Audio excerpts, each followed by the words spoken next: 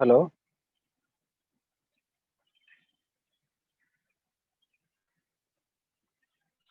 Hi Vivek.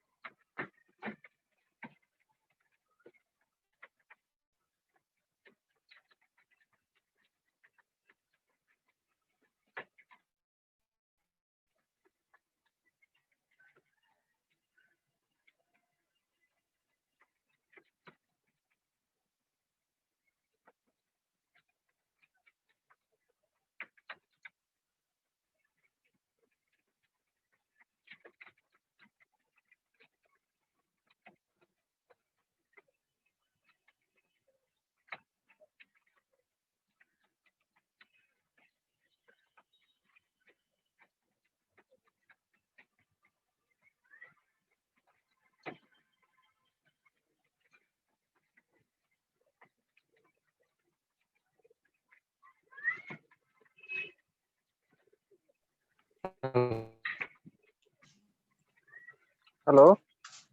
Sandeep.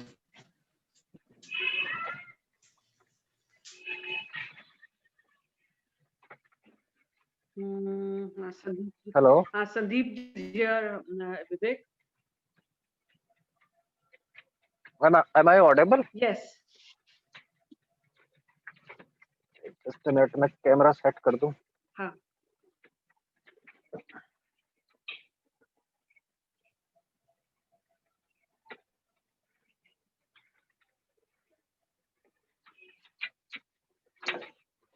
Is it visible? हाँ बिल्कुल first class. मेरे आपने तो काफी अच्छी तरह से कवर कर लिया।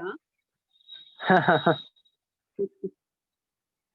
बस थोड़ा बहुत चलिए, ऐसी कलेक्शन बना रहा हूँ। ऐसे ही शुरुआत होती है sir.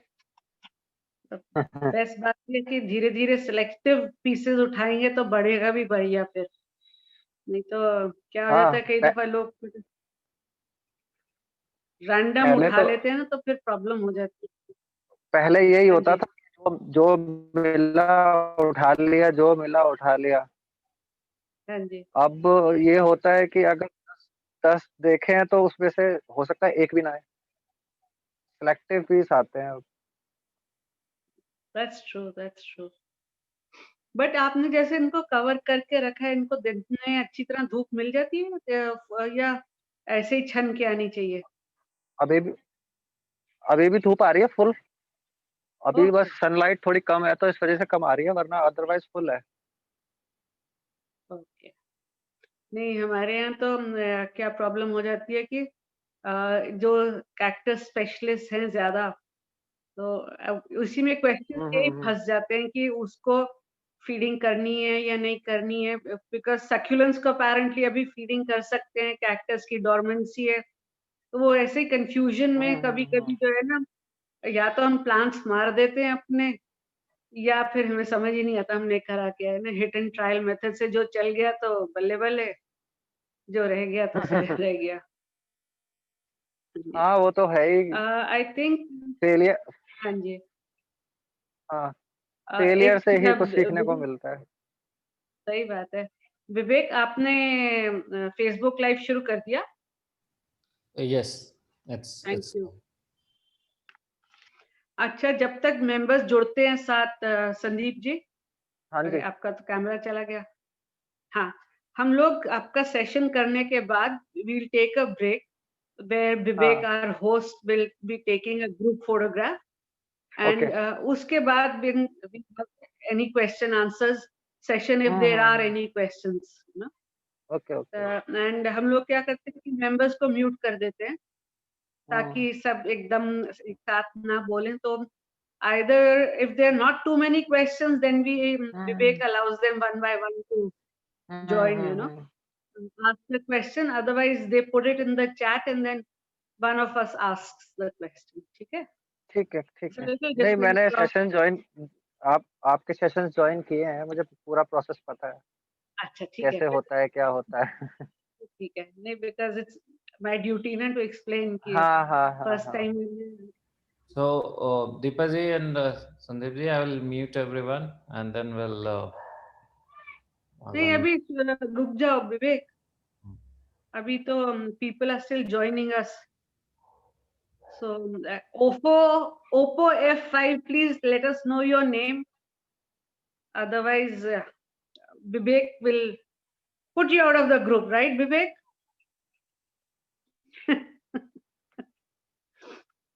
Sorry? Yeah. He said unless they tell us their name, there is this Oppo F5. ऐसे iPad 836646 तो पता है मिसेस चंद्रलेखा बजाज है। एक Oppo F5 है जिसका नहीं पता कौन है ये। I'm saying unless you show yourself or show your name, Vivek will put you out. It's very nice to see iPad Mr. कौन है? Saklani. iPad 833. Mrs. Bajaj. Okay. I'll rename her. And we've got Mr. Akhil Saklani's photograph showing Mr. Akhil Saklani was the secretary of the society when the society began, and thereafter he migrated to the US, and it's very nice to see him join our sessions.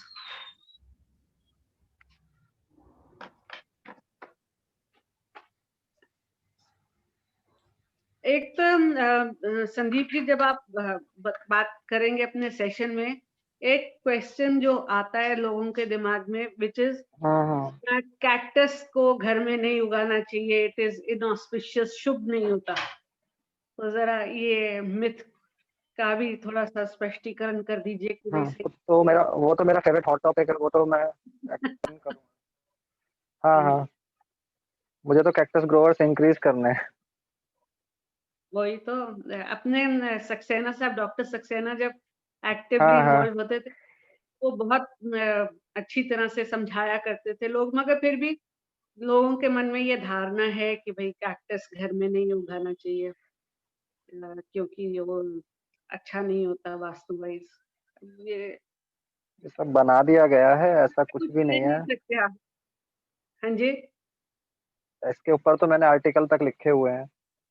अच्छा, हाँ, article से मुझे ध्यान आया, जो आपने article भेजा था, आप मुझे उसको वर्ड फॉर्म में भेज सकते हैं, उसमें कुछ करेक्शंस करनी है।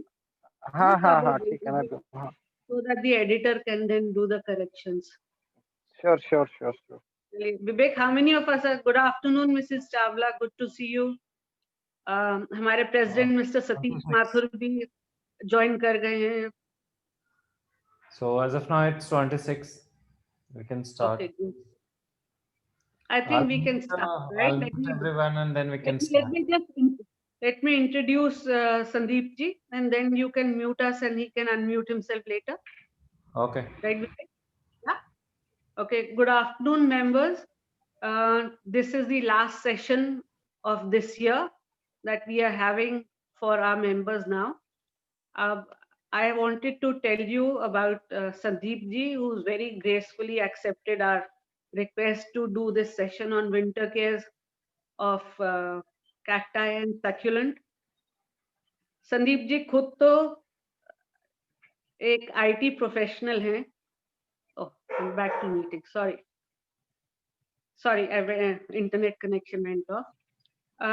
Sandeep ji is an IT professional, but an ardent gardener with a passion for cactus and succulents. He has more than 1,000 plants of cacti and succulents on his terrace, and he attends to them himself.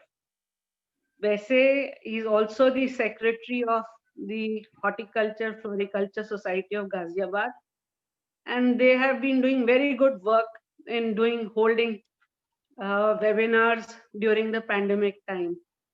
In fact, वहीं पे पहली दफा मैंने इनका session देखा था, and it was very nice and a very informative session जहाँ पे इन्होंने खूब विस्तार से cactus और succulents के बारे में बताया. So I will now hand it over to Sandeep ji to take us through his collection and also tell us about winter care of cacti and succulents. Vivek will be muting all of us, and then he will be asking Sandeep ji to start the session. Right, Vivek, you're done. Thanks. I'll just mute everyone.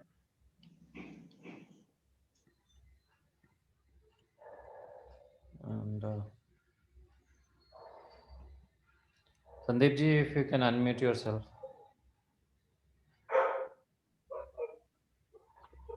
It's done now, I think. Okay. Am I audible? Yes.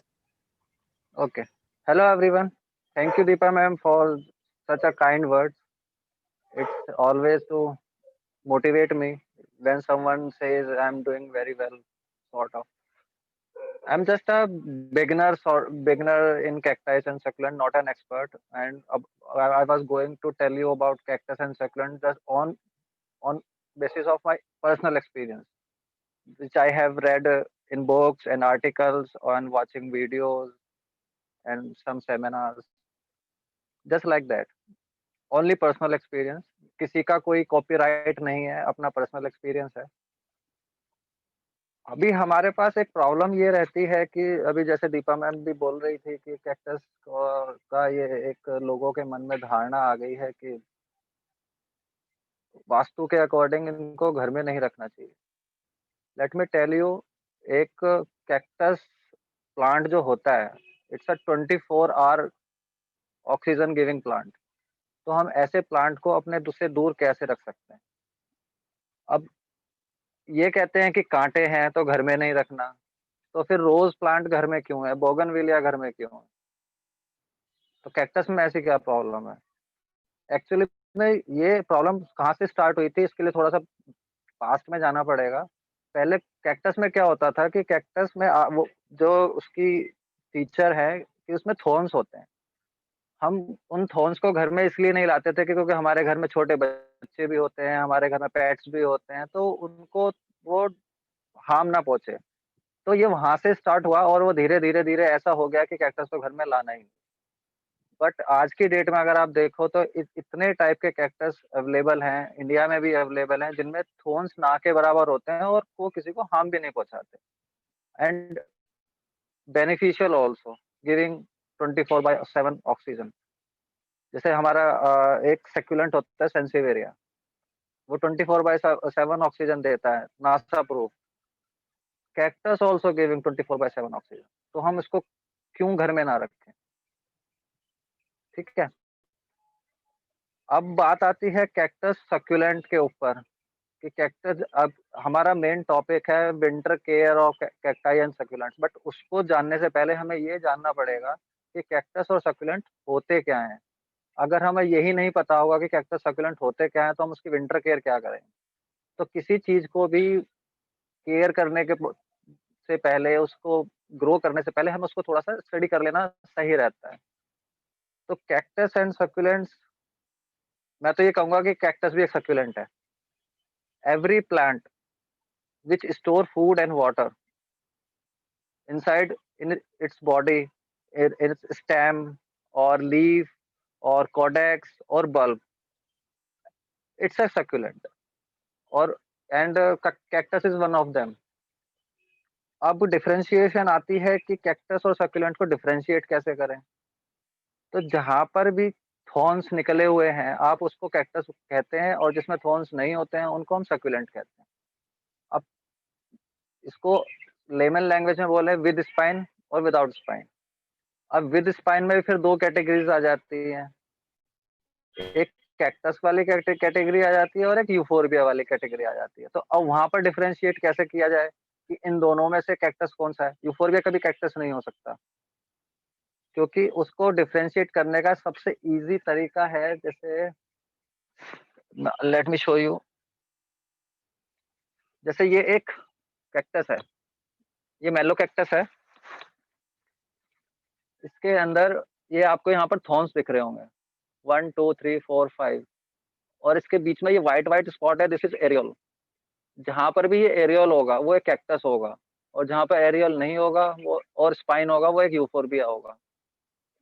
Another thing, जो एक cactus के अंदर more than 3 spines होते हैं, जबकि euphorbia में नहीं होते। मैं आपको डिफरेंशिएट लाइव दिखाता हूँ। जैसे कि ये एक यूफोर्बिया है, इसमें सिंगल स्पाइन है, और आप इसमें देखेंगे अगर आपको भी यहाँ पे विजिबल हो रहा होगा तो यहाँ पर एक व्हाइट कलर का जो एरियोल है वो नहीं है, और सिंगल स्पाइन निकल के आ रहा है। This is euphorbia, it's not a cactus. ये कैक्टस है। यहाँ पर डिफरेंशिएशन आपको क्लियरली विजिबल हो रही होगी।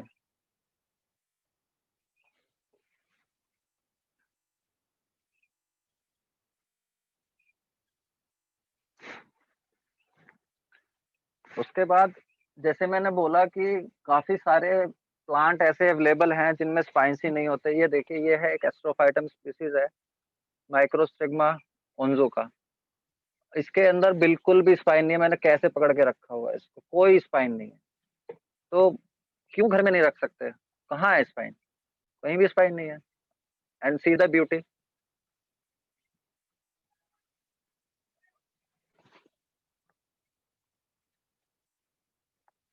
तो ये सारी चीजें अगर हमें पता लग जाती हैं तो हम इजीली डिफरेंशिएट कर पाते हैं।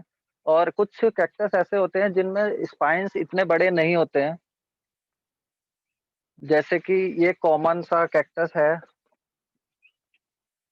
ओपनशिया माइक्रोडेजी। इसके जो स्पाइन्स होते हैं ये बहुत छोटे होते हैं और बहुत हार्मफुल होते हैं। इसको थोड़ा सा केयरफुली पकड़ना पड़ता है। एक बार इसके स्पाइन्स हाथ में लग जाए ना तो फिर हफ्तों तक नहीं निकलते, और वो बहुत इरिटेटिंग होते हैं। फिर सॉफ्ट है बट हार्मफुल नहीं है। तो इस तरीके से हम इनको डिफरेंशिएट कर लेते हैं। अब बात आती है सक्यूलेंट्स के ऊपर। सक्यूलेंट क्या होते हैं? अब सक्यूलेंट में भी दो तरह के सक्यूलेंट हैं, जैसे कि hard leaf succulents and soft leaf succulents. अब हार्ड लीफ सक्यूलेंट्स में क्या है, कौन कौन से आते हैं? जैसे अगावे आ गया, एलोज आ गए, गस्टीरिया आ गए। तो ये कुछ हार्ड लीफ सक्यूलेंट। हॉवर्थिया है, हॉवर्थिया भी। जैसे सॉफ्ट लीफ में आप देखेंगे, अभी मेरे पास ये एक सीडम पड़ा हुआ है, ये सीडम है। इसको हम सॉफ्ट लीफ में लेते हैं। अब हमारे दिल्ली एनसीआर में soft leaf succulent as a seasonal plant grow होते हैं। ये सरवाइव नहीं कर पाते हैं आफ्टर मार्च एंड। अप्रैल तक खिंच जाते हैं कि काफी लोगों के मई तक आ जाते हैं, बट उसके बाद ये धीरे धीरे धीरे मरना शुरू हो जाते हैं। तो आई वुड प्रेफर कि अगर आप as a seasonal plant grow कर रहे हैं इनको तो ठीक है, बट एनसीआर में सॉफ्ट लीफ सक्यूलेंट को सरवाइव कराना in a summer, very tough challenge, very tough challenge. अच्छे अच्छे एक्सपर्ट भी फेल हो जाते हैं सॉफ्ट लीफ को सेव कराने में, बिकॉज इनके अंदर प्रॉब्लम क्या है ना कि ये एक ऐसे एरिया से आते हैं जहाँ इतना समर होता ही नहीं है। मोस्टली ये होते हैं माउंटेन्स पर, या तो कहीं जैसे स्लोप्स के नीचे निकल उग गए, इस टाइप से वहां पर इनको एटमॉस्फेयर मिल रहा होता है, और ना ही फुल सनलाइट होती है। जैसे स्लोप है एक माउंटेन का, तो वहां पर स्लोप में जो सनलाइट आ रही होती है वो बिल्कुल फिल्टर्ड सनलाइट आ रही होती है, डायरेक्ट सनलाइट नहीं आ रही होती।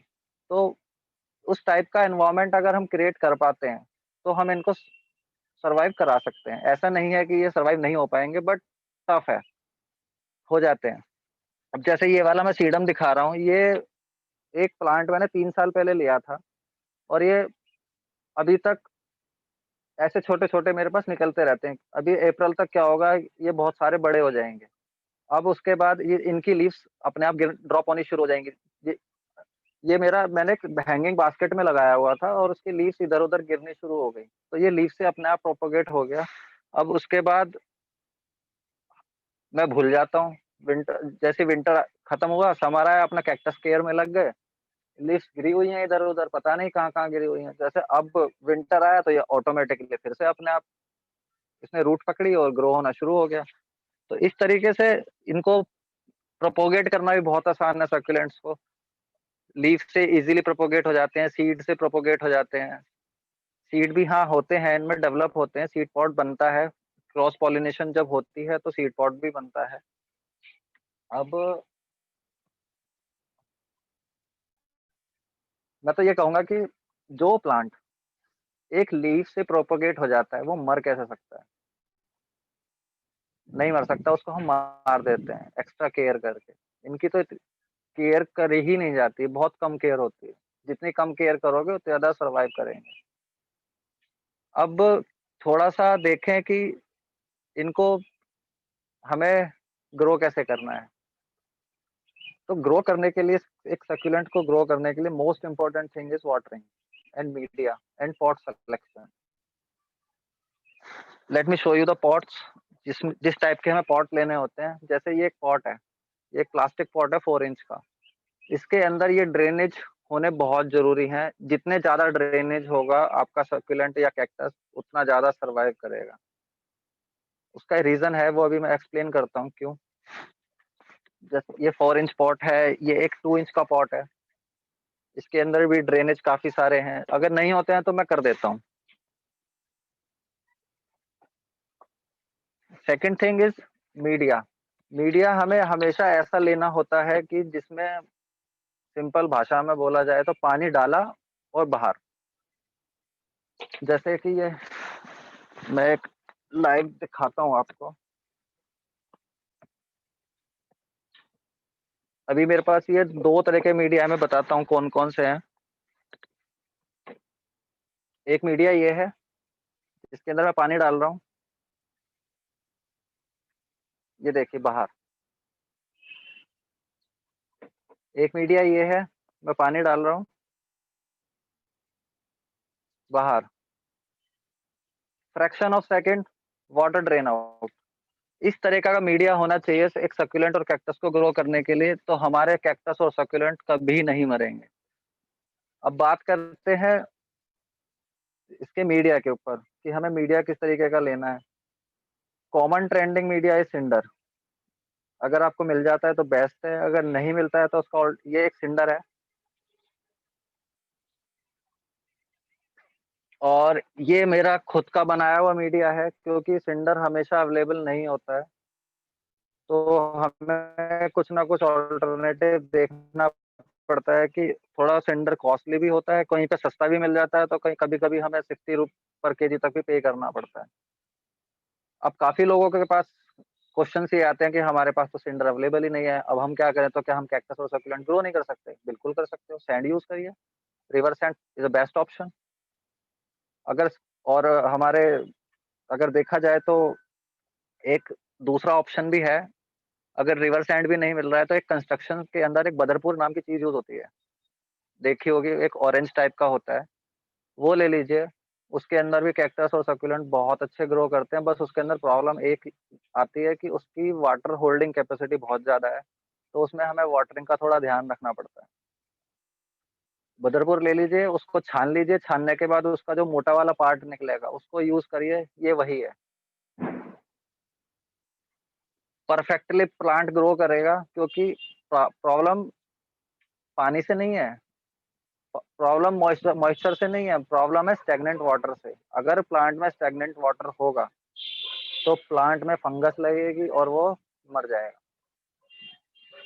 सक्यूलेंट में कई बार आपने देखा होगा, पर्सनली एक्सपीरियंस किया होगा कि आपने शाम को देखा प्लांट बिल्कुल हेल्दी है, फर्स्ट क्लास है, और सुबह देखा गॉन। ओवरनाइट हमारे सक्यूलेंट मर जाते हैं। तो हमें उस चीज का ध्यान रखना पड़ता है कि हम उसमें मीडिया ऐसा यूज करें जिसके अंदर पानी बिल्कुल भी ना रुके।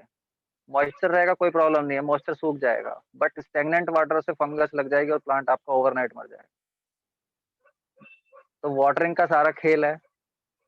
अब बात आती है वाटरिंग के बाद कि अब हमने प्लांट भी ले लिया, लगा भी दिया, मीडिया भी बना लिया। अब मीडिया में हमने इकट्ठा भी कर लिया, मीडिया में डालना क्या है, पॉटिंग मिक्स कैसे बनाना है उसका। तो अब हम ये इतना पोरस मीडिया ले रहे हैं, अब इसके अंदर लोग कहते हैं ये भी डाल दो, ये भी डाल दो, ये भी डाल दो, ये सब कुछ डाल दो। कुछ नहीं डालना। अगर इतना कुछ डालोगे तो उसकी पोरोसिटी तो वैसे ही रिमूव हो जाएगी, तो पानी रुकना शुरू हो जाएगा। अगर पानी रुकना शुरू हो गया तो प्रॉब्लम आ जाएगी। तो आप जब भी ऐसा कोई मीडिया यूज कर रहे हैं तो उसमें एटलीस्ट 80 to 90% आपको पोरस मीडिया रखना, ये लेना है। उसके बाद जो 10-15% चीजें बची हैं तो उसके बाद कुछ चीजें यूज करनी है जो आपके प्लांट के हेल्थ के लिए अच्छी होंगी और आपके प्लांट के लिए न्यूट्रिशन देती रहेंगी। उसमें क्या क्या आता है, जैसे मैं जो मैं यूज करता हूँ उसमें उसमें मैं यूज करता हूँ नीम खली, नीम केक और बोन मील। और एक चीज मैं यूज करता हूँ, पता नहीं बाकी लोग हम बड़े कैक्टस ग्रोअर यूज करते हैं नहीं करते, मैं यूज करता हूँ ट्राइकोडर्मा। ट्राइकोडर्मा से फायदा ये मिलता है कि ट्राइकोडर्मा हेल्प करता है हमारे प्लांट को न्यूट्रिशन प्रोवाइड करने में। ट्राइकोडर्मा कोई फंजीसाइड नहीं है, ट्राइकोडर्मा खुद एक सॉर्ट ऑफ फंगस है जो कि आपकी मीडिया की कैपेसिटी को बढ़ाती है, जिससे कि प्लांट ज्यादा से ज्यादा न्यूट्रिशन को एब्जॉर्ब कर सके। हमारे मीडिया के अंदर बहुत सारे न्यूट्रिशन होते हैं बट हमारा प्लांट उसको एब्जॉर्ब नहीं कर पाता। उसकी इम्यूनिटी इतनी स्ट्रांग नहीं हो पाती कि वो सारा का सारा मीडिया उसको, और मीडिया के अंदर जो न्यूट्रिशन अवेलेबल है उसको एब्जॉर्ब कर सके। तो हमें कुछ ऐसी चीजें यूज करनी पड़ती हैं जिससे कि हमारे प्लांट उन सारे न्यूट्रिशन को अच्छे से एब्जॉर्ब कर सके। उसमें यूज होता है ट्राइकोडर्मा, जिससे कि वो फंगस को भी दूर रखता है और हमारी मीडिया की कैपेसिटी को भी बढ़ाता है। Let me tell you again, it's not a fungicide. जो हमने नीम केक यूज किया था, नीम केक यूज किया था, वो neem cake is a anti fungal. उससे फंगस अंदर जो मीडिया में लगेगी वो नहीं कभी उसको प्रोटेक्ट, फंगस से प्रोटेक्ट करेगा। थर्ड चीज हमने यूज करी थी bone meal. Bone meal is a phosphorus and calcium and potash enrich organic manure। तो एक कैक्टस और सक्यूलेंट दोनों में थोड़ा सा डिफरेंस ये आ जाता है कि जो हमारे कैक्टस हैं, ये तो हमें पता है कि हमारे एक प्लांट को सरवाइव करने के लिए जो हमारे 3 मैक्रो पैरामीटर्स हैं, न्यूट्रिशन है, वो हमें चाहिए होते हैं, nitrogen, phosphorus and potash. Cactus को नाइट्रोजन की जरूरत नहीं पड़ती है। अब जो एनपीके होता है, nitrogen, phosphorus and potash, nitrogen होता है फॉइलेज के लिए, ग्रीनरी बढ़ाने के लिए। फास्फोरस यूज होता है रूट स्ट्रक्चर को स्ट्रॉन्ग करने के लिए। फास्फोरस यूज होता है, सॉरी, पोटाश यूज होता है फ्लावरिंग एंड फ्रूटिंग को एनहेंस करने के लिए। तो अब हमारे कैक्टस में लीफ तो है नहीं, फॉइलेज है नहीं, तो उसे नाइट्रोजन की तो जरूरत ही नहीं है। तो हमें अपने कैक्टस प्लांट में ऐसे मैन्योर को यूज करना चाहिए जिसमें नाइट्रोजन बहुत लेस हो, या ना भी हो तो बहुत बढ़िया है। जैसे कि एक हमारा एनपीके आता है 050 to 34, it's a best fertilizer for cacti. अब जो हमारे सक्यूलेंट्स है, जैसे अलो हो गया, अगावे हो गया, और ये हमारे सक्यूलेंट्स जैसे एचिवेरिया है, सीडम है, कैलनकोई है, इस टाइप के जितने भी हमारे सक्यूलेंट्स हैं, इनमें लीव्स भी हैं, फॉइलेज भी है, तो हमें यहाँ पर नाइट्रोजन की जरूरत पड़ती है। तो यहाँ पर हम एक बैलेंस फर्टिलाइजर यूज करते हैं, जैसे 19 19 19 20 20 20 18 18 18।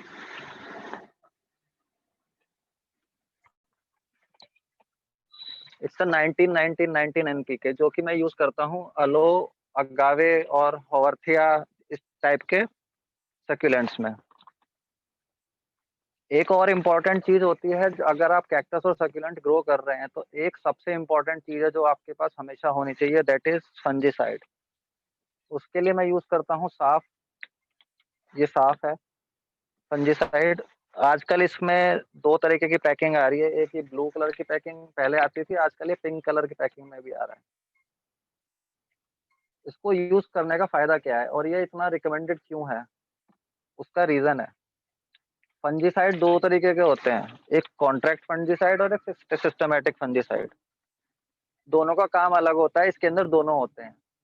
जो कॉन्ट्रैक्ट फंजीसाइड होता है वो हमारे बाहर की फंगस को रोकता है, जो सिस्टमैटिक फंजीसाइड होता है वो प्लांट के अंदर जाके उसके अंदर, प्लांट के अंदर अगर कोई फंगस लगी हुई है तो उसको प्रोटेक्ट करता है। साफ इसीलिए रिकमेंडेड है क्योंकि इसके अंदर दोनों अवेलेबल है। एक जैसे एक और फंजीसाइड मार्केट में बहुत फेमस है जिसको हम बोलते हैं बेवस्टीन, बट मैं उसको यूज नहीं करता क्योंकि मेरे को तो दोनों चाहिए, क्योंकि प्लांट को दोनों तरफ से प्रोटेक्ट करना है। इसलिए ये मैं साफ यूज करता हूँ। एक और चीज है, हमारे एनसीआर में एक प्रॉब्लम है सॉल्टी वाटर की, जिससे जो हमारे प्लांट के लिए बहुत हार्मफुल है। तो अब हम उसको प्रोटेक्ट कैसे करें, हम पानी तो चेंज कर नहीं सकते, तो क्या करें फिर उसको हटाने के लिए? तो उसके लिए हम लोग यूज करते हैं वुड चारकोल, कोयला, लकड़ी का कोयला। इससे जो हम सॉल्टी वाटर अगर यूज भी कर रहे हैं तो ये मीडिया की एसिडिटी को भी मेंटेन करता है और वाटर की को पानी भी करता है। जैसे हमने स्कूल टाइम में पढ़ा था कि पानी को साफ करने के लिए कोयला यूज किया जाता है, आज प्रैक्टिकली उसको यूज कर रहे हैं। सिर्फ वो पहले बुक्स में पढ़ा था, आज रियल लाइफ में यूज कर रहे हैं। बहुत सारे एयर प्यूरिफायर जो प्लांट्स लगे हुए होते हैं जहाँ पर वाटर प्यूरिफाई किया जाता है, वहाँ वो ये कोयला बहुत यूज होता है। उसके बाद हमारा एक और इम्पोर्टेंट चीज है, लोगों को कंफ्यूजन रहती है सक्यूलेंट को आइडेंटिफाई करने में, जिसमें सबसे ज्यादा कंफ्यूजन होती है हॉवरथिया में, अलो में और गस्टीरिया में। जैसे ये है गस्टीरिया बाई कलर, और एक है ये एलो कैंपेरी। दोनों सेम से लगते हैं देखने में, कुछ लोग एलो को गस्टीरिया समझ लेते हैं और गस्टीरिया को एलो समझ लेते हैं, जबकि दोनों होते अलग हैं।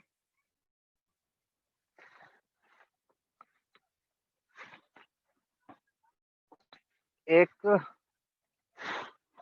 कॉमन चीज है और है, आजकल हाइब्रिड्स बहुत आ गए हैं। जैसे ये एक प्लांट देख रहे होगे आप, ये छोटा सा प्लांट है, इसका नाम है गैस्टर एलो ग्रीन आइस। अब ये एक हाइब्रिड प्लांट है जो कि बना है हाइब्रिड वेरीगेटेड अलो का क्रॉस पॉलिनेट किया गया गैस्टेरिया लिटिल वाटी के साथ। उन दोनों के क्रॉस पॉलिनेशन से जो सीड मिले उससे ये प्लांट बना, जिसका नाम रखा गया गैस्टेरोलो ग्रीन आइस। तो इस तरीके के प्लांट भी होते हैं जिसको हम थोड़ा सा आइडेंटिफाई करने में प्रॉब्लम हो जाती है थोड़ा, बट स्टडी करें तो सब पता लग जाता है। संदीप जी इसको थोड़ा कैमरा के पास ले गए दिखाने के लिए।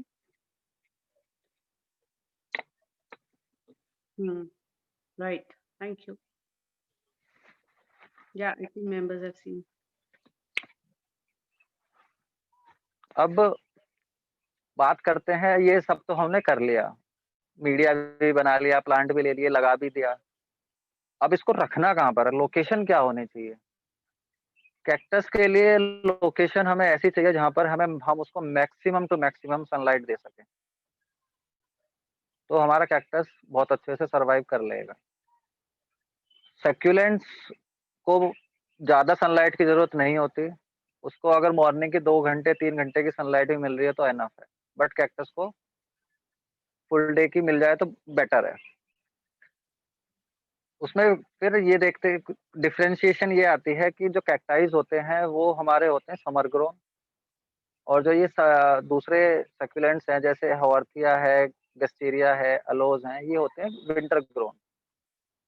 तो जहाँ पर हमारे कैक्टस समर के बाद विंटर में आने के बाद डोरमेंसी में चले जाते हैं, वहीं पर ये हमारे अलोज और ये गस्टीरिया, हॉर्थिया एक्टिव हो जाते हैं, वहाँ इनका ग्रोइंग पीरियड स्टार्ट हो जाता है। तो अगर हम इन 2 टाइप के प्लांट को ग्रो कर रहे हैं तो हम कभी खाली नहीं बैठ पाएंगे, अब हमेशा बिजी रहेंगे। एक का सीजन गया, दूसरे का स्टार्ट हो गया। अगावेज भी सक्यूलेंट की कैटेगरी में आते हैं, but agaves are summer grown plant, तो वो भी विंटर में डोरमेंसी में चले जाते हैं। अब एक चीज आपने देखी होगी, एलोज, जैसे मैं एलोज का एग्जांपल ले रहा हूँ, अभी विंटर चल रहा है और इनका सीजन भी अच्छा है। वैसे तो अलोज 12 महीने ग्रो करते हैं, बट जैसे ही सितंबर का मंथ स्टार्ट होता है, वहां से ये अपनी स्पीड की, जो इनकी ग्रोथ की स्पीड होती है, वो थोड़ी बढ़ जाती है, क्योंकि they are winter grown plant. सितंबर से लेकर मार्च तक बहुत अच्छे ग्रो होते हैं, बहुत अच्छे प्रोपोगेट होते हैं, कोई प्रॉब्लम नहीं आती। उसके बाद एक चीज आपने देखी होगी, नोटिस करी होगी, हाइब्रिड एलोस तो शायद सबके पास ना हो, बट एलोवेरा तो सबके घर में होता है। तो एलोवेरा में आपने ये देखा होगा कि जैसे मार्च का महीना आता है, फ्लावरिंग कर लेता है, उसके बाद अप्रैल मई में जाने के बाद वो हमारा टेरेस पे रखा है या हमारे गार्डन में रखा है या हमारे लॉन में रखा है, तो फुल सनलाइट में रखा हुआ है, वो आपका ब्राउनिश होना शुरू हो जाता है। और उसके बाद अगर हम उसी प्लांट को पार्शियल शेड में लेकर आ जाएं, जहां पर उसको फिल्टर सनलाइट मिल रही है, तो आप देखना विद इन 3 डेज वो ग्रीन हो जाएगा। तो वहां से आप एक आइडिया लगा सकते हैं कि इसको कैसा एनवायरनमेंट चाहिए। अगर आपको ग्रीन ग्रीन एलोवेरा चाहिए तो आप उसको पार्शियल शेड में रखिए, फुल सनलाइट अप्रैल के बाद, जब एक बिल्कुल समर स्टार्ट हो जाता है, सितंबर टू अप्रैल आप उसको फुल सनलाइट सनलाइट में रखिए, कोई प्रॉब्लम नहीं है। अब ये तो हो गई इसकी लोकेशन, कि हमें कैसी लोकेशन रखनी है। हाँ, कैक्टाइस में कुछ कैक्टाइस ऐसे होते हैं जिसको हमें सनबर्न से भी बचाना होता है, जैसे उनमें कांटे नहीं होते। अब कांटे तो उसको सन रेस से बचा लेते हैं, पर जिसमें कांटे नहीं होते अब उसको कैसे बचाएं? तो ऐसे प्लांट्स को हम थोड़ी सी ऐसी लोकेशन पे रखते हैं जहाँ पर फिल्टर सनलाइट मिलती रहे, बट सनलाइट ब्राइट चाहिए। विदाउट ब्राइट सनलाइट में प्रॉब्लम होती है, और टेढ़े मेढ़े से होने शुरू हो जाते हैं। आपने देखे होंगे कि एक तरफ लंबे होने शुरू हो गए हैं। वो होता क्या है कि वो सनलाइट को ढूंढते रहते हैं कि मुझे कहाँ मिल रही है, और अब उसी तरफ वो अपना झुकाव बना लेते हैं और वो लंबे होने शुरू हो जाते हैं, रादर कि वो अपने प्रॉपर शेप में रहे। उसका एक एग्जांपल मैं दिखाता हूँ कैसे हो जाते हैं।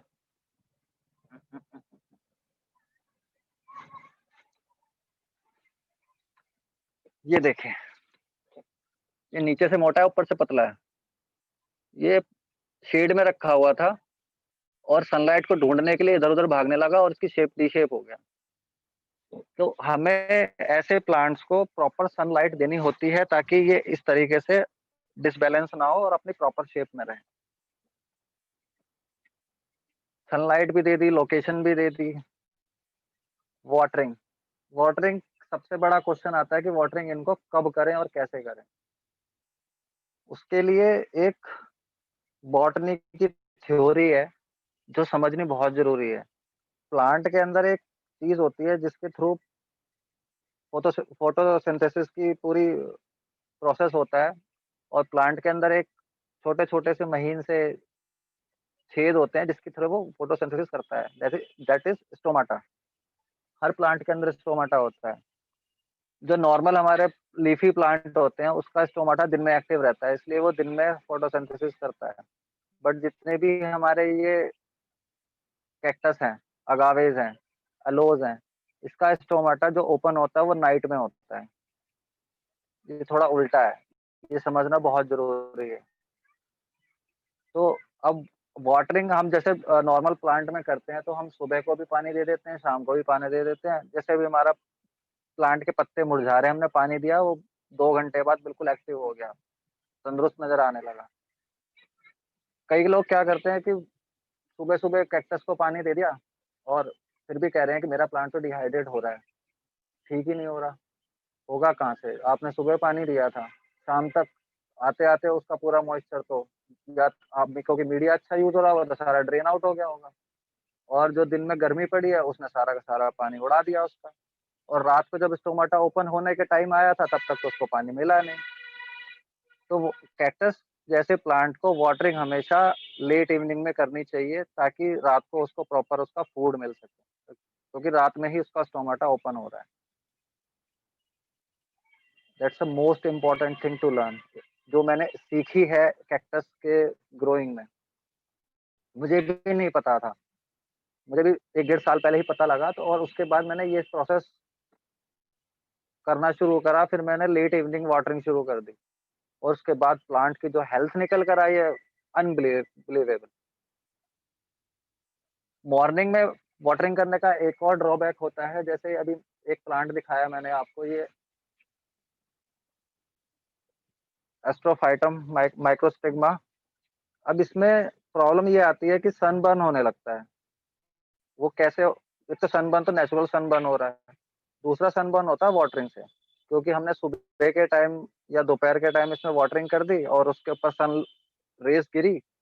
अब वाट प्लांट के ऊपर वाटर भी था, सन रेज भी आ रही थी, तो उसने एज ए लेंस काम किया और उस प्लांट की स्किन को जला दिया और वहीं पे स्पॉट पड़ गया। That is sunburn. अब वो सनबर्न कैसे होते हैं, अगर कोई प्लांट में हो रहा है तो मैं भी दिखा देता हूँ।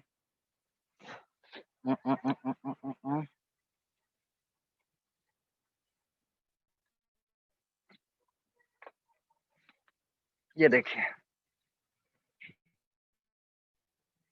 ये आपको यहाँ पर स्पॉट्स दिख रहे होंगे, ये मेरी गलतियों से हुए हैं, क्योंकि उस टाइम मुझे पता होता नहीं था और मैं वाटरिंग कर देता था सुबह को भी जब टाइम मिला, और उसके बाद ये रिजल्ट आया, ऐसे सनबर्न हो गए। तो ये डैमेज होने के बाद फिर रिपेयर नहीं करते, ये परमानेंट ही डैमेज रह जाता है? नहीं कर सकते, ये अब ये परमानेंट हो गया, अब इसको रिकवर नहीं किया जा सकता। तो ये एक कुछ कुछ छोटी छोटी चीजें हैं जो हमारे प्लांट को हेल्दी बनाकर रखती हैं। एक और चीज है, मुझे कोई प्लांट दिख नहीं रहा है ऐसा।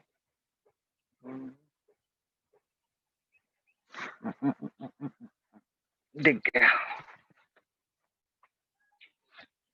ये भी एक एस्ट्रोफाइटम ही है। आप ये देख रहे हो कि ये श्रिंक हो रहा है, इट मीन्स ये खुद बता रहा है कि मुझे पानी चाहिए। तो प्लांट की बॉडी लैंग्वेज से ही पता लग जाता है कि हमें उसको पानी कब देना है। और एक कैक्टस को वाटरिंग करने का बेसिक थंब रूल है, कुछ लोग कहते हैं 5 दिन में दे दो, कुछ लोग कहते हैं 7 डेज में दे दो, 10 दिन में दे दो, 15 दिन में दे दो, महीने में दे दो। डिपेंड करता है आपके एनवायरनमेंट के ऊपर, आप किस एनवायरनमेंट में रह रहे हो, कैसी लोकेशन में आपका प्लांट रखा है, वाटरिंग की कंडीशन उसके ऊपर डिपेंड करती है। अगर आपका प्लांट ओपन में रखा है, फ्रेश एयर आ रही है, एयर सर्कुलेशन अच्छी है, सनलाइट अच्छी है, तो ऑब्वियस सी बात है आपका पानी जल्दी सूखेगा और प्लांट की रिक्वायरमेंट की वाटरिंग की रिक्वायरमेंट उतनी ही ज़्यादा होगी। अगर आपका इंडोर रखा है बट सनलाइट मिल रही है, तो वहाँ से इंडोर तो है रखा है, सनलाइट भी मिल रही है, बट पानी उड़ के जाएगा कहाँ? वो तो वहीं का वहीं है, और हम उसमें वीकली पानी फिर भी दिए जा रहे हैं, दिए जा रहे हैं। तो सिंपल सा थंब रूल है कि वाटरिंग तभी करो जब आपका मीडिया कंप्लीट ड्राई हो जाए। अगर आपका मीडिया मॉइस्ट है तो वाटरिंग करने की जरूरत नहीं है, चाहे 2 महीने क्यों ना हो जाए, चाहे 3 महीने क्यों ना हो जाए, आपको वाटरिंग नहीं करनी है। वाटरिंग तभी करनी है जब आपका मीडिया कंप्लीटली ड्राई हो रहा है। संदीप जी, वाटरिंग करने का तरीका क्या, स्प्रे करना या शावर करना? वही बताने जा रहा हूँ। अब कैक्टस को वाटरिंग करने के लिए लोग डरते हैं कि ऊपर से डालें, नीचे से डालें। वो क्या करते हैं कि प्लांट के नीचे से उसको पानी दे देते हैं। बिंदास शॉवर करिए, कोई प्रॉब्लम नहीं आएगी, आपके प्लांट भी साफ हो जाएंगे, धुल भी जाएंगे और उनको पानी भी मिल जाएगा। बस थोड़ा सा ध्यान रखने की जरूरत पड़ती है, जो हमारे ग्राफ्टेड कैक्टस होते हैं जो हमारा ग्राफ्टेड एरिया होता है वहाँ पर पानी नहीं लगना चाहिए। अगर वहाँ पानी लगेगा तो वहाँ से फिर वो फंगस लगने के चांस आ जाते हैं और फिर वो वहीं से डैमेज होता है। कॉमनली जो कैक्टस जिनके ग्राफ्टेड कैक्टस डैमेज होते हैं वो वहीं से होते हैं कि वहीं वहाँ पे फंगस लग जाती है और फिर वो प्लांट गया, फिर उसको डीग्राफ्ट ही करना पड़ता है।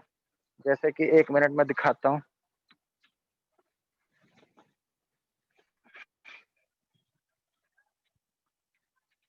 ये मेरा नोटो कैक्टस स्कूपा का एक इतना अच्छा स्पेसिमेन था ग्राफ्ट के ऊपर।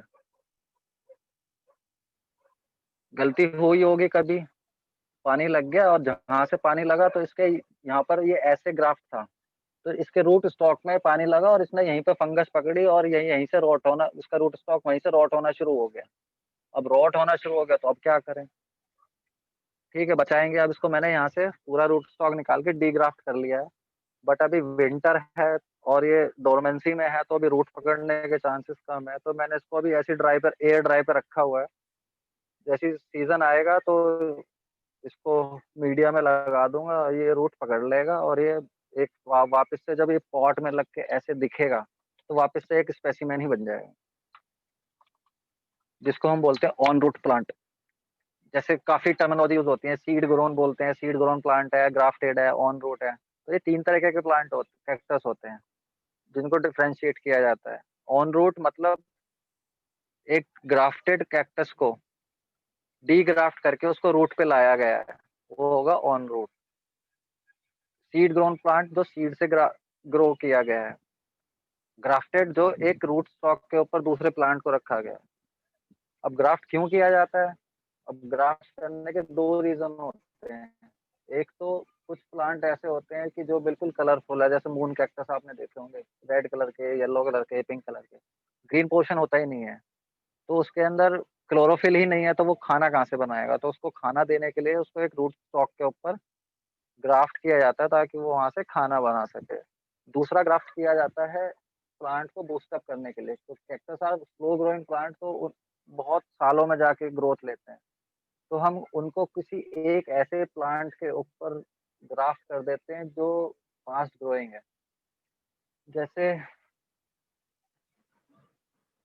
मैंने अभी रिसेंटली ही एक प्लांट को ग्राफ्ट किया था, कहाँ गया ये?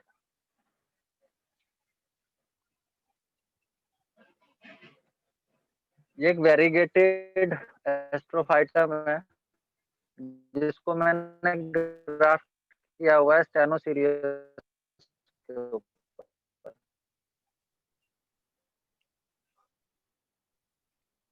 2 रीजन थे इसको, वैसे ये रूट पे भी चल जाता, कोई प्रॉब्लम नहीं थी। या 2 साल 3 साल में जाके ये थोड़ा सा शेप लेगा। अब वही जो 3 साल में, तो नीचे वाला फास्ट ग्रोइंग है, ऊपर वाला स्लो ग्रोइंग है। स्लो ग्रोइंग प्लांट को एनर्जी मिल रही है फास्ट ग्रोइंग प्लांट से, तो वो ऑटोमेटिकली बूस्टअप हो रहा है।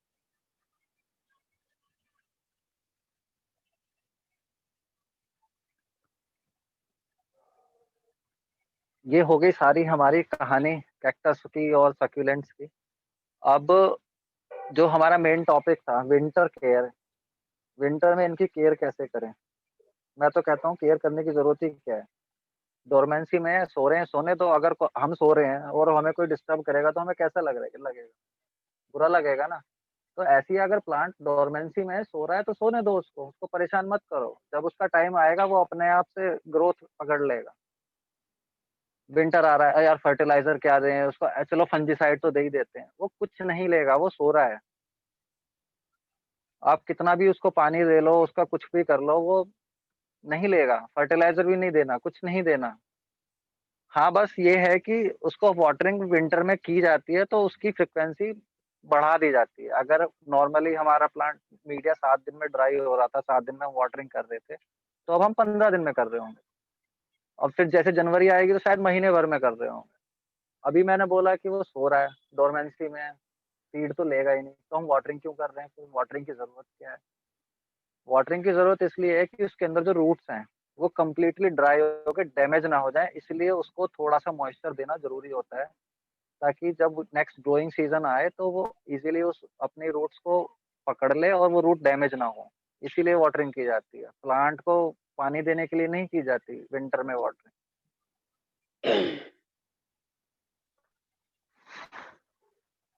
दूसरा फीडिंग तो बिल्कुल, जैसे मैंने बोला कुछ लेगा ही नहीं तो फीडिंग तो बंद कर ही देनी है। और वैसे भी कैक्टस वगैरह प्लांट या कैक्टस जैसे प्लांट को तो फीडिंग की वैसे भी ज़रूरत नहीं होती। साल में 1 बार फीड कर दिया इनफ है। ग्रोइंग सीज़न में 1 बार फीड कर दो इनफ है।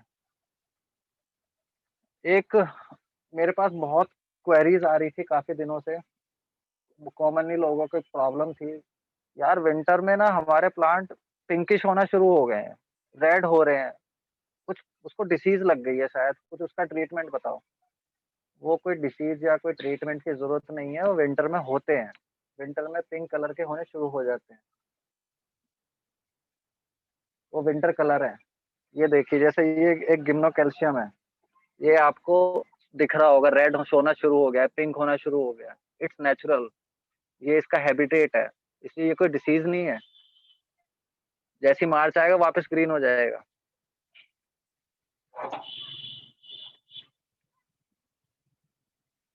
तो काफ़ी लोग इसमें क्या गलती करना शुरू कर देते हैं और उसमें देखते हैं यार प्लांट को कुछ प्रॉब्लम हो रही है, कुछ चलो दवाई दे देते हैं। कोई ज़रूरत नहीं है कि वो उसकी अपनी नेचुरल उसमें है। ऐसे ही ये तो चलो गिम्नोकैल्शियम था। अगर मैं किसी एक वेरीगेटेड प्लांट को देखूँ, जो कुछ येलो होते हैं।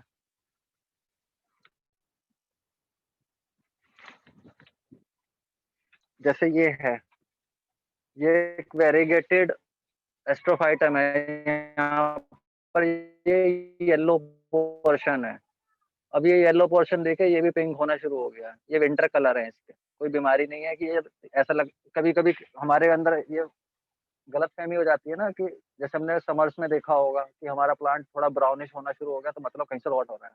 तो वही ये हमारे माइंड में आ जाता है यार प्लांट का कलर चेंज हो गया, रॉट तो नहीं हो रहा है। तो रॉट नहीं हो रहा है, आप इसको दबाकर देख लीजिए, कुछ प्रॉब्लम नहीं है, बस ये विंटर के कलर हैं।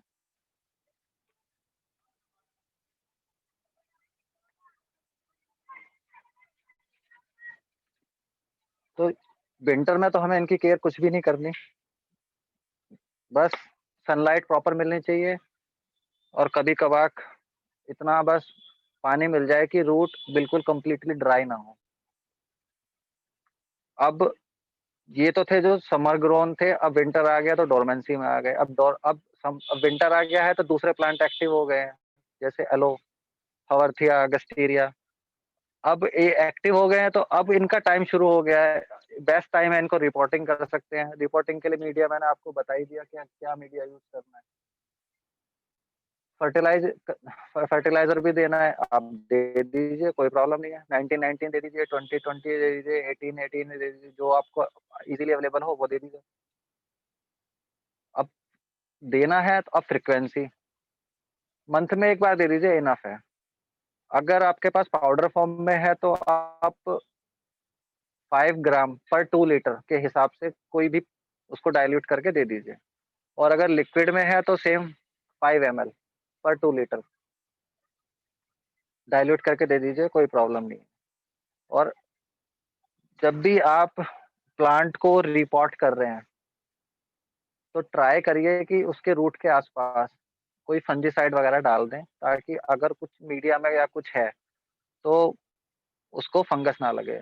दूसरी एक अच्छी इम्पोर्टेंट चीज़ है जो मैंने काफ़ी सीनियर से ने मुझे गाइड भी किया, उनसे सीखी है, दैट इज़ कि जब भी आप किसी प्लांट का मीडिया बना रहे हैं, तो हम क्या करते हैं जब हमें प्लांट को रिपोर्ट करना होता है या फिर हमें मेरा प्लांट कोई अभी आया है, तो वो मुझे लगाना है, तो मैं हाथों हाथ मीडिया बना रहा होता हूँ और मीडिया बनाया और प्लांट लगा दिया। That's a wrong practice. अब उसमें होता क्या है, रॉन्ग प्रैक्टिस क्यों है कि कभी-कभी क्या होता है कि मीडिया के अंदर कुछ केमिकल रिएक्शन जैसे जो भी चीज़ें हमने उसमें मिलाई हैं, अगर वो कुछ केमिकली रिएक्ट करता है, मीडिया केमिकली रिएक्ट करता है, तो हमारे प्लांट को नुकसान हो सकता है। तो हमें ट्राई यही करना चाहिए कि जब भी हम मीडिया बनाएँ, तो हम मीडिया एडवांस में बना के रखें। तो उसके अंदर अगर कोई केमिकल रिएक्शन भी होना है, तो वो पहले ही हो जाएगा और उसका बेनिफिट दूसरा ये मिलेगा कि जो हमने उसके अंदर न्यूट्रिशन के लिए यूज़ किया है, वो मीडिया में अच्छी तरह से एब्ज़ॉर्ब हो चुका होगा, ताकि वो टाइम नहीं लेगा, प्लांट उसको ईज़िली ले पाएगा। और दूसरी एक सीक्रेट है लोग बताते नहीं है, मैं बता दे रहा हूँ। एक चीज है जो किसी ब्रांड को प्रमोट नहीं कर रहा हूँ मैं, वैसे मैं इफ्को का यूज करता हूँ। ये है इफ्को का सी सीक्रेट, जिसको हम सी वीड भी बोलते हैं। ये मैं ग्रेनुअल्स यूज करता हूँ, ये लिक्विड फॉर्म में भी आता है। इससे प्लांट की जो एक कहते हैं ना चमक, जैसे हम फेशियल करा के आते हैं तो हमारे फेस पर एक अलग ही चमक आ जाती है। ये एक बहुत अच्छा ग्रोथ प्रमोटर है, इसको यूज करके देखिए एक बार। जिस भी कंपनी का मिल जाए, जरूरी नहीं है इफ्को का यूज करना है। जिस भी कंपनी के सीवीड आपको मिल रहे हैं, एक बार सीवीड को प्लांट में यूज करके देखिए, आपको रिजल्ट अपने आप पता लग जाएगा कि क्या होता है। संदीप जी नाम फिर से बता दीजिए इसका, जरा कैमरा के सामने कर दें प्लीज। सी सीक्रेट इफ्को का। अच्छा, सी सीक्रेट। ज्यादा कॉस्टली भी नहीं है, अप्रोक्स 80-85 का हाफ केजी आ जाता है। ग्रेनुअल्स हैं। बहुत सस्ता है एज जब कम्पेयर टू बायोवीटर वगैरह। इफ्को के सारे प्रोडक्ट सस्ते हैं। इसका तो तरकीबें अभी इस्तेमाल बता दो। हाँ, इसके आपको 8-10 ग्रेनुअल्स लेने हैं और अपने मीडिया में डाल देने हैं। तो जब भी आप वाटरिंग करेंगे तो ग्रेनुअल धीरे धीरे धीरे धीरे धीरे डिकम्पोज होते रहेंगे और आपके प्लांट को न्यूट्रिशन मिलता रहेगा। और अगर लिक्विड फॉर्म में मिल रहा है आपको किसी कंपनी का, तो 5 ml पर 2 लीटर डाइल्यूट करके दे दीजिए। तो प्योरली ऑर्गेनिक है, प्लांट को कोई नुकसान भी नहीं होगा और आपके प्लांट में चमक भी आ जाएगी। और एक और है चीज जो लोग यूज करने से डरते हैं बट बहुत बेनिफिशियल है, दैट इज ह्यूमिक एसिड। ये लिक्विड फॉर्म में है, इसके ग्रेनुअल्स भी आते हैं। ये लिक्विड फॉर्म में है क्योंकि मैंने कुछ प्लांट्स को रिपोर्ट नहीं किया है, तो मुझे लिक्विड ऐसे ही देना था, तो मैं लिक्विड में लेके आया। बट जब मैं पॉटिंग मिक्स बनाता हूँ तो ग्रेनुअल्स वाला ह्यूमिक एसिड यूज करता हूँ और अपने पॉटिंग मिक्स में मिला लेता हूँ। ह्यूमिक एसिड यूज करने का बेनिफिट क्या मिल जाता है कि प्लांट की जो रूट्स हैं वो जल्दी एस्टेब्लिश हो जाती हैं और स्ट्रॉन्ग रूट स्ट्रक्चर निकल के आता है। ह्यूमिक एसिड उसमें हेल्प करता है। और वैसे तो इसको किसी भी प्लांट में यूज कर सकते हैं। अभी मेरे पास नॉर्मल प्लांट्स कम बचे हैं, तो ये सब कैक्टस में ही यूज हो रहे हैं, सक्यूलेंट्स में यूज हो रहे हैं। बेनिफिट बहुत अच्छा है। अब ड्रॉबैक जो मैंने बोला लोग यूज क्यों नहीं करते, उसका रीजन ये है कि हमने अपने प्लांट्स को बालकनी में रखा हुआ है या इंडोर रखा हुआ है या कुछ ऐसी जगह पर, ऐसे फ्लोर पर रखा हुआ है।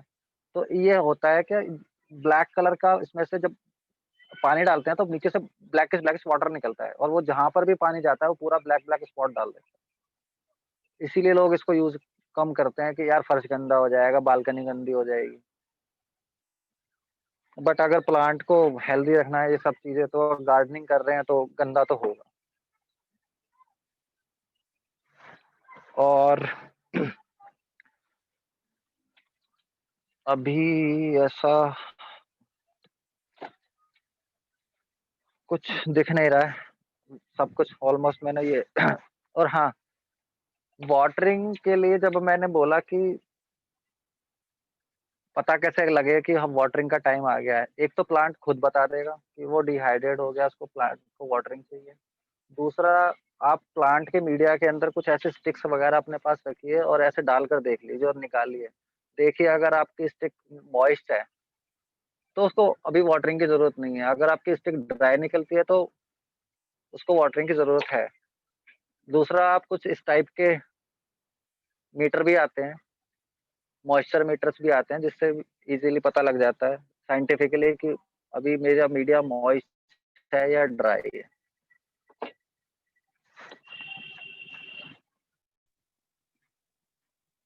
आपने जैसे कवर किया हुआ है ऊपर से संदीप जी, कैक्टस को हाँ। धूप तो आपने कहा चाहिए कि सारा दिन की धूप रहे तो अच्छा रहता है, बट इस टाइम में जब विंटर ज्यादा है तो इनको ओपन में रहने दें तो कोई फ्रॉस्ट वगैरह का कोई दिक्कत तो नहीं ना, या हम जैसे फ्रोस्ट को रोकने के लिए मैंने अपने ग्रीन हाउस के ऊपर फाइबर शीट लगा रखी है, बट साइड से मेरा पूरा ओपन है।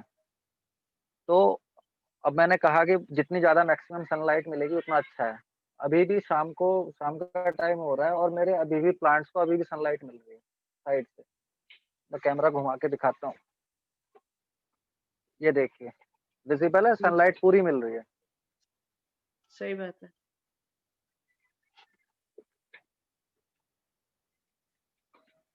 तो ये ऊपर से फ्रोस्ट रोकेगा। विंटर में हमें अपने कैक्टाइस को जो बचाना है वो फ्रोस्ट से ही बचाना है, फॉग से बचाना है, और किसी चीज की जरूरत नहीं है क्योंकि वो गिरेगी और फिर उसी से प्रॉब्लम होती है, वहीं से फिर प्लांट मॉइस्चर ज्यादा हो जाता है, वो रॉट होना शुरू हो जाता है। तो अगर हमारे पास ये फैसिलिटी ना हो, जैसे आपने ऊपर फाइबर शीट लगाई है, तो हम वो जो पॉली शीट आती है वो सब बना के उसको बना के कैसे कर सकते हैं, राइट? कुछ कर सकते हैं बिल्कुल। या फिर कोई ऐसी लोकेशन रख दी जैसे बालकनी में होती है, वहां पर रख दिए, सनलाइट भी आ रही है और ऊपर से फ्रॉस्ट भी नहीं गिर रही है। ठीक है। एक अगर आपका हाँ बताइए। हाँ बताइए, और कुछ आप बताइए सेशन नहीं बताने उसमें लगे मैं थे। I'm sorry मैंने बिल्कुल डिस्टर्ब कर एक प्लांट में मिस कर गया था इस पूरे कैक्टस और सक्यूलेंट वाले में, जो वैसे तो उसके ऊपर सेपरेट सेशन हो चुके होंगे, हुए भी हैं शायद, राहुल सर ने लिया है, दैट इज अडेनियम। अडेनियम भी एक सक्यूलेंट है क्योंकि वो अपने कोडेक्स के अंदर वाटर को स्टोर कर रहा है। और एक प्लांट और होता है जो आजकल काफी ट्रेंडिंग में है और लोग काफी खरीद रहे हैं, दैट इज मोनेडियम। ये वाला, ये इसका कोडेक्स है, मोनोआइडियम है। ये इसकी ब्रांच है, मोना एडियम। हाँ जी। एडेनियम से पहले मोना लगा दीजिए बस। अच्छा ठीक है। इसकी ब्यूटी अलग ही निकल के आती है, दैट इज। मेंबर्स जो है रिक्वेस्ट कर रहे हैं कि आप अपने जरा प्लांट्स का टूर करा दें। हाँ बिल्कुल करा दूंगा। तो ये सारे प्लांट जो भी स्टोर करके रख रहे हैं, जैसे ये मोनेडियम था, ये अपने कोडेक्स में वाटर स्टोर करके रख रहा है। एडेनियम है, वो अपने कोडेक्स के अंदर वाटर स्टोर करके रख रहा है। कुछ प्लांट ऐसे होते हैं जिसके अंदर बल्ब बनते हैं। अभी मेरे पास ऐसा प्लांट यहाँ तो नहीं है, नीचे रखे हुए हैं, वो अपने बल्ब के अंदर वाटर स्टोर करते हैं, but that is also succulent. और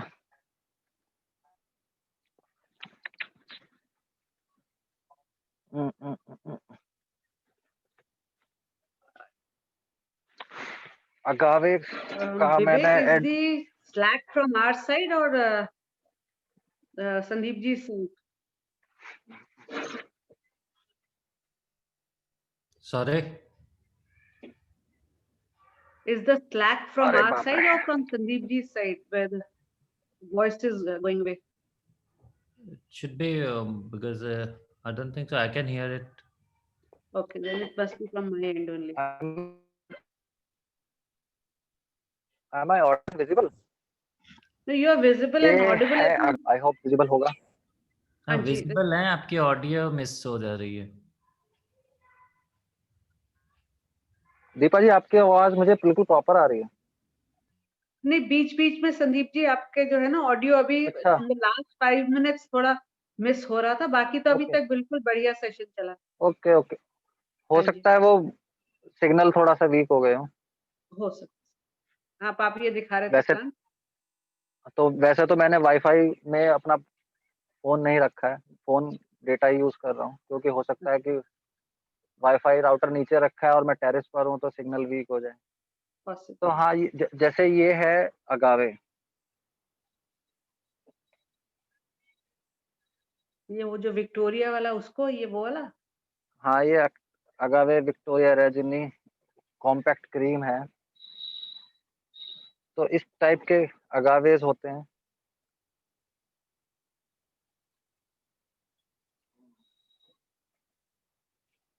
आजकल बहुत डिमांड चल रही है। एक्चुअली देखा जाए तो वाटर कंजर्वेशन के लिए ये बेस्ट है, पानी भी कम चाहिए। हाँ तो मैं यही बताने जा रहा था, आपने बोल दिया कि मैं एक नॉर्मल गार्डनर से जो पूरी टेरेस पे फ्रूट्स, वेजिटेबल्स ये सब कुछ हुआ करता था जिसके टेरेस पर, जिसके 12 इंच के पॉट में 8-8, 10-10 गुआवा लग जाते थे, वो एकदम से उसका माइंडसेट क्या हुआ कि उसने सब कुछ ग्रो करना छोड़ दिया और कैक्टस और सक्यूलेंट पे स्विच हो गया। 3 साल पहले एक इंसिडेंट हो गया था मेरे साथ कि हमारी जो वाटर सप्लाई है, वो 4 दिन के लिए बंद हो गई। गवर्नमेंट वाटर सप्लाई, और बोरिंग है नहीं घर में। तो 4 दिन तक मेरे प्लांट्स को पानी नहीं मिला। अब प्लांट्स को पानी नहीं मिला तो उसके बाद आपको खुद ही अंदाजा लगा सकते हो कि अगर 4 दिन तक समर में प्लांट को पानी ना मिले तो उनकी क्या हालत हुई होगी। और दूसरी तरफ मेरे पास उस टाइम पर 2-3 कैक्टस हुआ करते थे और मैंने उनको देखा। मैंने कहा इनको तो कुछ भी नहीं हुआ। तो फिर वो धीरे-धीरे, धीरे-धीरे ध्यान उसी तरफ जाना शुरू हो गया और फिर मेरे पास टाइम की लिमिटेशन इतनी, क्योंकि वर्किंग प्रोफेशनल हूँ, सुबह ऑफिस जाना, रात को ऑफिस से आना, तो टाइम तो वैसे भी नहीं मिलना था। तो जिस प्लांट की केयर नहीं करनी, जिस प्लांट को पानी नहीं चाहिए 15-15 दिन तक, 20-20 दिन तक, उन प्लांट को ग्रो करके मैं अपना पैशन भी कंटिन्यू कर रहा हूँ और ब्यूटी भी एन्जॉय कर रहा हूँ और ना कोई मुझे उनको ज़्यादा टाइम देना है, ना उनको इतना ज़्यादा फर्टिलाइज़र की ज़रूरत है, ना इतनी ज़्यादा वाटरिंग की ज़रूरत है। वैसे ही हमारे दिल्ली एनसीआर में इतनी वाटरिंग की प्रॉब्लम है, तो अगर हम कैक्टस सक्यूलेंट जैसे प्लांट को ग्रो कर रहे हैं, तो हम पानी वाटर सेविंग भी कर रहे हैं साथ।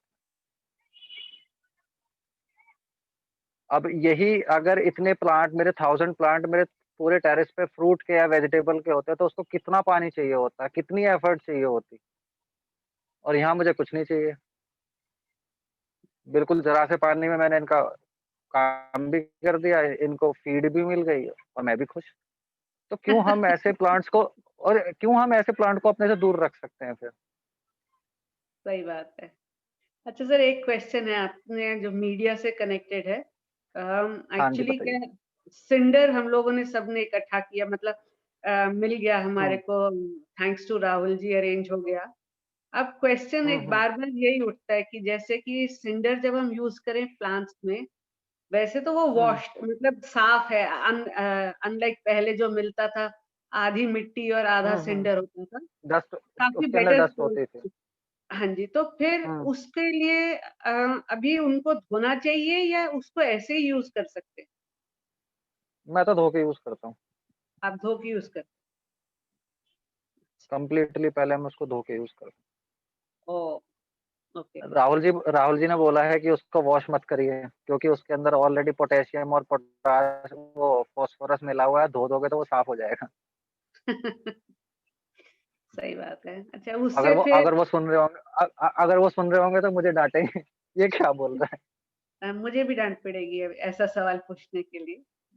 आप नहीं, मुझे एक वो ये एक्चुअली रीज़न है, धोने का रीज़न है, क्योंकि जो उन्होंने जिस चीज़ के लिए उसको रिकमेंड किया है, उसका लॉजिकल रीज़न यही है कि उसको रिकमेंड किया था, जो सेशंस हुए थे वो रिकमेंड हुआ था एडेनियम्स और रोज़ के लिए। हाँ जी, बट हम यहाँ बात कर रहे हैं कैक्टस और सक्यूलेंट्स की, राइट, तो डिफरेंशिएट हो गया। ओके। रोज़ प्लांट हो गए और एडेनियम्स हो गए, ये इतने एडेनियम्स तो चलो फिर भी थोड़े कॉस्टली होते हैं, रोज़ इतने ज़्यादा कॉस्टली नहीं होते।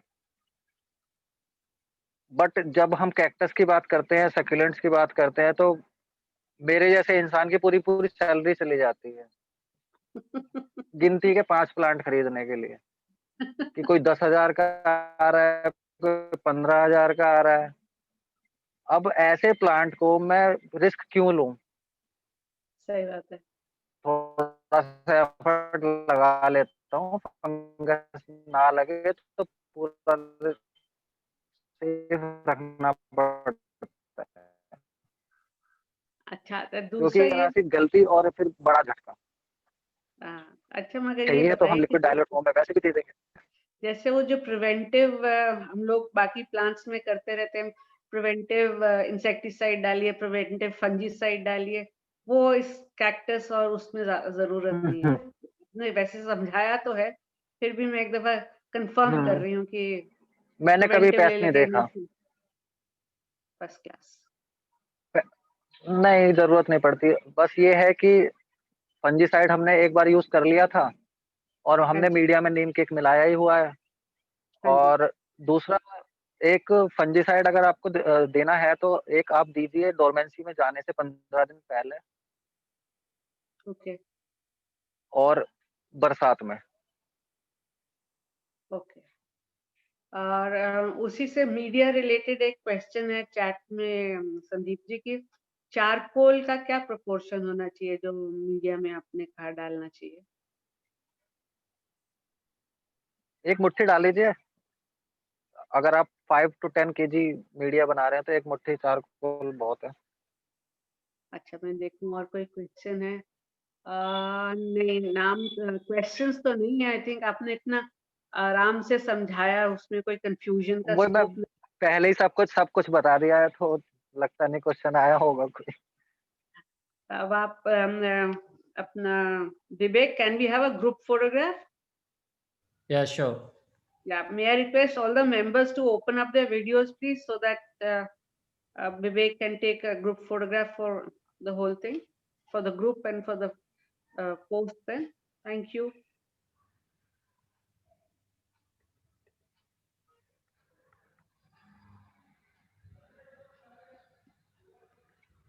Just hold on. माथुर साहब, कैमरा थोड़ा सा नीचे करेंगे, आपकी छत दिखाई दे रही है, आप नहीं दिख रहे।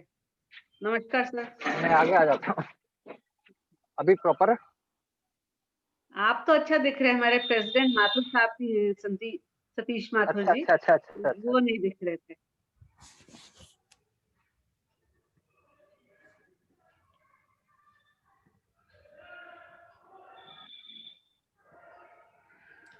Uh, just hold on.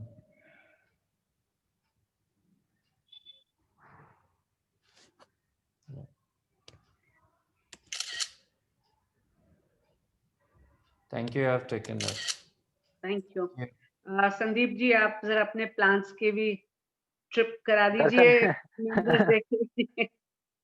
वैसे आपको बताऊं, आपके जो ई मैगजीन है हमारी, इस साल इस महीने ग्रुप में हमने शेयर करी है आपकी। इट्स अ वेरी जी। Informative magazine and congratulations on that.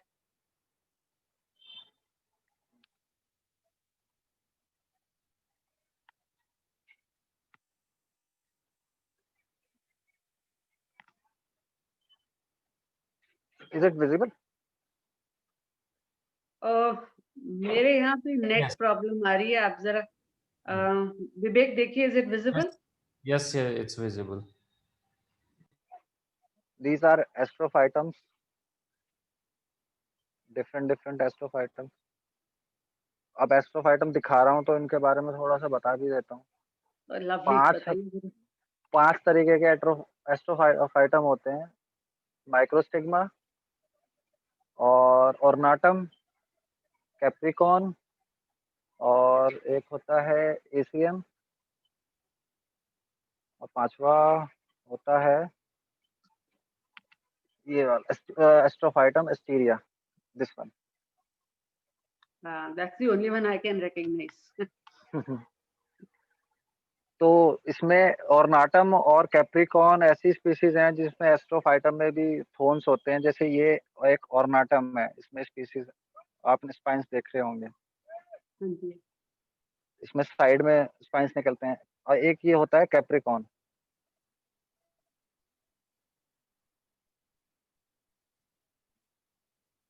ये वाला। ओके, इसमें भी स्पाइन है। इसमें स्पाइंस थोड़े इसके ऊपर की तरफ जाते हैं, इसमें थोड़ा ऊपर की तरफ जाते हैं और इसके स्पाइंस थोड़े लंबे होते हैं। इसमें भी बहुत सारे हाइब्रिड आने लगे हैं आजकल, आपने देखा होगा, फुकरो, कीको। ये जैसे ये वाला प्लांट है, ये कीको है। ब्यूटीफुल। और फुकरू अभी दिख नहीं रहा। ये है फुकरू, एग्जैक्टली फुकरू नहीं है, फुकरू का हाइब्रिड है। फुकरू थोड़ा डिहाइड्रेट हो गए थे तो मैंने उनको आइसोलेशन में रखा हुआ। अच्छा। ये कुछ ग्राफ्टेड कैक्टस हैं। यहाँ पर ये मेलो कैक्टस वगैरह रखे हुए हैं। रेड कैप, वाइट कैप, कुछ यूफोर्बिया है। ये इधर सारे मेरी छोटे-छोटे से बच्चे तैयार हो रहे हैं। पीछे की तरफ एडेनियम्स रखे हुए हैं। ये बीच में कुछ बड़ा-सा एक प्लांट दिख रहा होगा, ये चिनोप्सिस है। ओके। ये इधर नीचे कुछ अलोज एंड अगावेज हैं।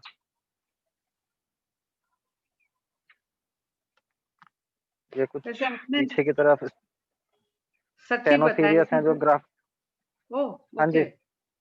कि एक्विवेरियाज और इक्वियम्स और आयोनियम्स वगैरह जो हैं, we should treat them as seasonals, तभी वी कैन एंजॉय देम, नहीं तो वो हाँ, हाँ। उनको सीज़नल। जब हाँ, हाँ। नहीं तो खत्म हो जाने पे बहुत तकलीफ हो जाती है।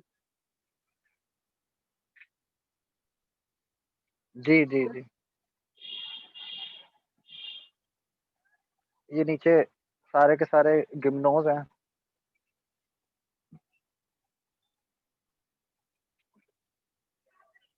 इसमें भी वही फिर कीको, ये उसका कीको वर्ज़न है ओके, गिम्नो का। Very interesting.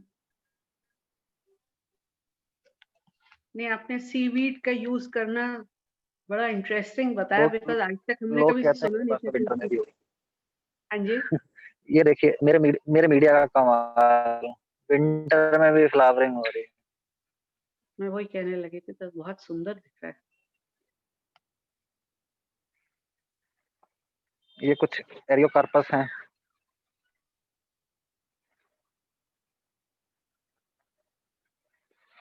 इधर ये सारे के सारे डिफरेंट एस्ट्रोज हैं। फुकरो, कीको, मॉन्स्टर्स, और ये देखिए कलर आ रहा होगा। ये खोयो है, ओके। जापानीज की देन है। ये यूफोर्बिया ओबेसा है। इस यूफोर्बिया में स्पाइन्स नहीं होते। ओके। बाकी अलोज कुछ नीचे रखे हुए हैं। ये सारे अलोज हैं नीचे।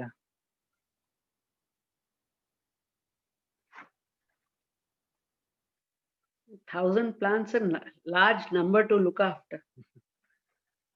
यहाँ अभी कुछ दिन पहले मिथुराज जी का फोन आया था, कह रहे थे और कितने अलो कलेक्ट कर लिए। मैं ऐसा 110 तो हो गए। कह रहे क्या करके मानेगा 110 टाइप के ऑफ अलो। मैंने कहा सर बस पागलपन है। एक्चुअली गार्डनिंग एक जुनून है, जिससे भी आप कर लीजिए, भले कोई सीजनल्स करे या पेरिनियल्स करे, और जब तक वो जुनून नहीं होगा ना, तो आप गार्डनर बन नहीं सकते। जी। Successful gardener. Thank you very तो मच संदीप जी। बस लास्ट आपने में एक चीज कहना चाहूंगा, अगर आप कैक्टस वगैरह ग्रो करने जा रहे हैं तो आपके अंदर पेशेंस होना चाहिए। अगर एक्सेलेंट। पेशेंस नहीं है तो आप कैक्टस ग्रो नहीं कर पाएंगे, हमको मार देंगे। क्योंकि इतने स्लो ग्रोवर्स होते हैं, और पेशेंस नहीं है तो यार बढ़ ही नहीं रहा है, यार बढ़ ही नहीं रहा है।